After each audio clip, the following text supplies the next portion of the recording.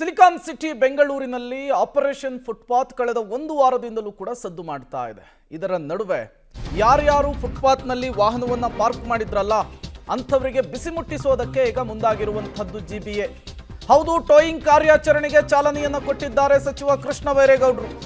ಕಾರಿನ ಚಕ್ರಕ್ಕೆ ಕ್ಲಾಂಪ್ ಅನ್ನು ಹಾಕುವ ಮೂಲಕ ಚಾಲನೆಯನ್ನ ಕೊಟ್ಟಿದ್ದಾರೆ. ಕ್ವೀನ್ಸ್ ರಸ್ತೆಯಲ್ಲಿ ಬಿಡಾಡಿ ವಾಹನಗಳಿಗೆ ನೋಟಿಸ್ ಅನ್ನು ಅಂಟಿಸಿದ್ದಾರೆ ಸಚಿವರು. ನೀವು ಕೂಡ ದೃಶ್ಯವನ್ನು ಗಮನಿಸ್ತಾ ಇದ್ದೀರಿ.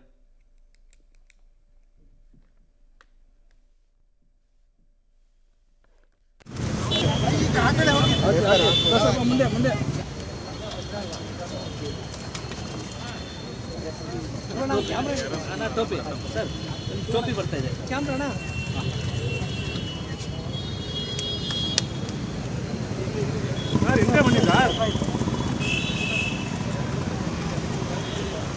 ಸಾವಿರದ 581 ವೆಹಿಕಲ್ಸು ರಸ್ತೆ ಬದಿಯಲ್ಲಿ ಈ ರೀತಿ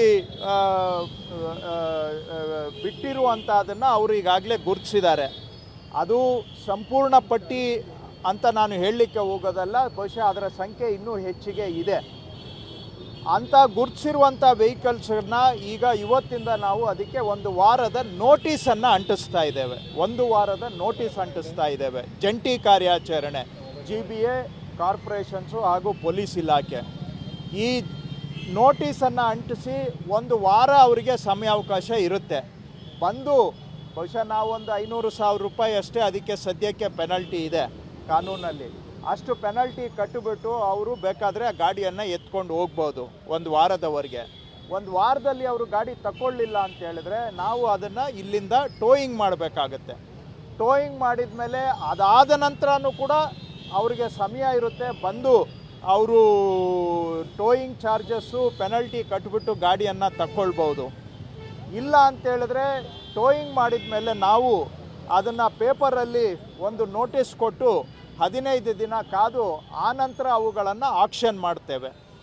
ಅದನ್ನೇ ಆಕ್ಷನಲ್ಲಿ ಯಾರು ಬೇಕೋ ಪಾರ್ಟಿಸಿಪೇಟ್ ಮಾಡಿ ಅದನ್ನು ಆಕ್ಷನಲ್ಲಿ ಕೊಂಡ್ಕೊಳ್ಬೋದು. ಈ ರೀತಿಯಾದಂಥ ಒಂದು ಕಾರ್ಯಾಚರಣೆಯಿಂದ ಇವತ್ತು ಆರಂಭ ಮಾಡಿದ್ದೇವೆ.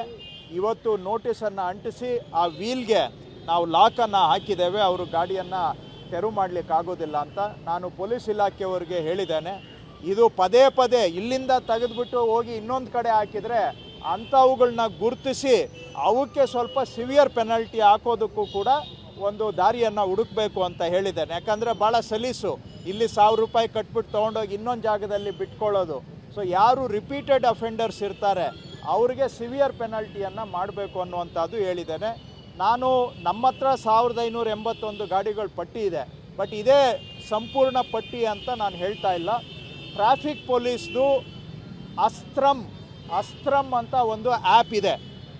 ಆ ಅಸ್ತ್ರಮ್ ಆ್ಯಪ್ನಲ್ಲಿ ಸಾರ್ವಜನಿಕರೂ ಕೂಡ ಇಂತಹ ಬೀಡಾಡಿ ವಾಹನಗಳನ್ನು ಟ್ರಾಫಿಕ್ ಪೊಲೀಸ್ಗೆ ರಿಪೋರ್ಟ್ ಮಾಡಬಹುದು.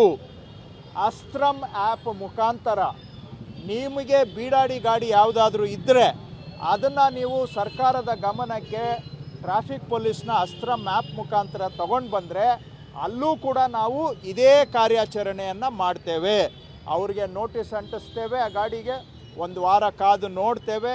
ಅವರು ಒಂದು ವಾರದಲ್ಲಿ ರೀಕ್ಲೈಮ್ ಮಾಡಲಿಲ್ಲ ಅಂತ ಹೇಳಿದ್ರೆ ಅವನ್ನೂ ಕೂಡ ನಾವು ಟೋವಿಂಗ್ ಮಾಡ್ತೇವೆ.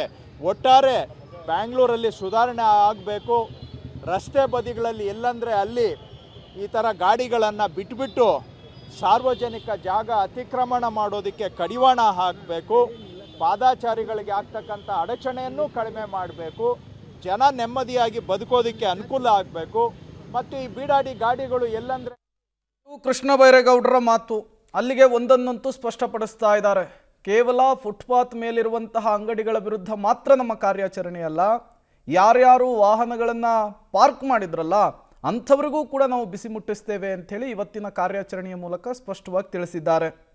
ಅಸ್ತ್ರಮ್ ಆ್ಯಪ್ನ ಮೂಲಕ ಬೆಂಗಳೂರಿನ ಜನರು ಯಾರ್ಯಾರು ಬಿಡಾಡಿಯಾಗಿ ವಾಹನಗಳನ್ನು ಪಾರ್ಕ್ ಮಾಡಿದಾರೋ ಅಂಥವರ ಫೋಟೋವನ್ನು ಹಾಕುವ ಮೂಲಕ ಮಾಹಿತಿಯನ್ನು ಕೊಡಬಹುದು ಅನ್ನುವಂತಹ ಮಾತುಗಳನ್ನು ಕೂಡ ಆಡಿರುವಂಥದ್ದು.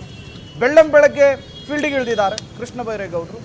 ಅಧಿಕಾರವನ್ನು ವಹಿಸಿಕೊಂಡಾಗಿಂದಲೂ ಕೂಡ ಫುಲ್ ಆಕ್ಟಿವ್ ಆಗಿ ಓಡಾಡ್ತಾ ಇದ್ದಾರೆ.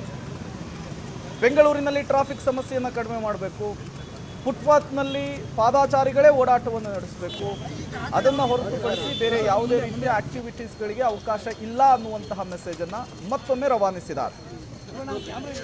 ಟೋಪಿ ಸರ್, ಟೋಪಿ ಬರ್ತಾ ಇದೆ.